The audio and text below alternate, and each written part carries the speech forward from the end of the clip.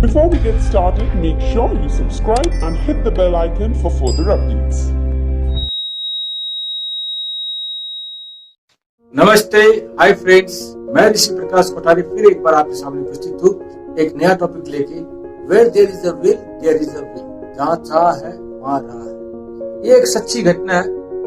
एक लड़की जो पढ़ने में भी अव्वल थी, खेलकूद, डांस, ताइक्वांडो, हर क्षेत्र में वो ऑलराउंडर थी। उसने अपनी पढ़ाई सफलतापूर्वक पास की। उसके बाद वो एक सफल इंजीनियर बन गई और अपना जॉब शुरू कर दी। जॉब भी एकदम पूरी मेहनत लगनशीलता के साथ कर रही थी। उसके दोस्त, बॉस सब उससे बहुत खुश थे। और वो बोलते ना कि एक घटना घटती है इंसान की जिंदगी में, उसकी पूरी जिंदगी बदल देती है। या तो उसका वो गुड टर्निंग पॉइंट होता है या बैड टर्निंग पॉइंट। उसके साथ भी हुए। एक दिन स्कूटी में जा रही थी, उसका बहुत भयानक एक्सीडेंट। उसको तुरंत हॉस्पिटल ले जाया गया। अब उसको आईसीयू में एडमिट किया गया और उसका बचने का 90% चांसेस नहीं थे। वो भी डॉक्टर के अथक प्रयास, लोगों की दुआ, बड़ों का आशीर्वाद और उसके द्वारा किए हुए अच्छे कर्म और भगवान की कृपा से उसको धीरे धीरे होश आने लगा। पर वो टोटली बेड पे थी। उसके खाने की नलकी लगी हुई थी, पेशाब की थैली थी, सब कुछ बेड पे था।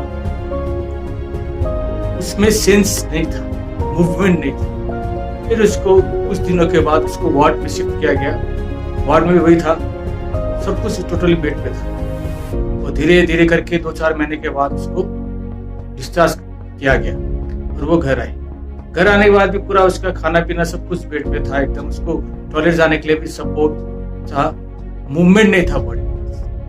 तो वो एकदम चिंतित हो गई। उसका वेट भी ग्रेजुअली बढ़ गया। उसका वेट मोर देन 78 kg।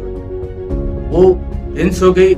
उसने अपने पेरेंट्स से कंसल्ट की और एक न्यूरोलॉजिस्ट के पास गए। जाके उसको अपनी सब व्यथा बताई कि मेरे में ऐसा वेट बढ़ रहा है, मैं चलना चाहती हूँ, मेरी बॉडी मूवमेंट चाहती हूँ, मैं मेरा काम करना चाहती हूँ।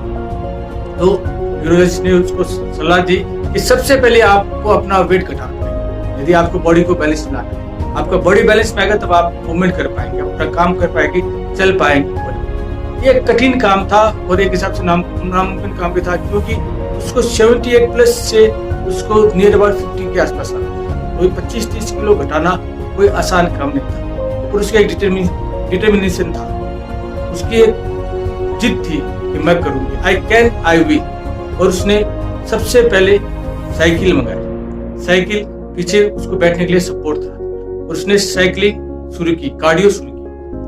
वो धीरे धीरे पहले शुरू में 30 मिनट से डे करने लगी, 20-25 की स्पीड से। फिर इसको ग्रेजुअली बढ़ाने लगी, दिन का 1 घंटा, फिर धीरे धीरे 2 घंटा, और ऐसे करके स्पीड भी 30 to 35 किलोमीटर पर आवर के हिसाब से स्पीड बढ़ने लगी। और मेहनत उसकी रंग लाने लगी। उसने अपना डाइट चार्ट भी पूरा चेंज कर दिया।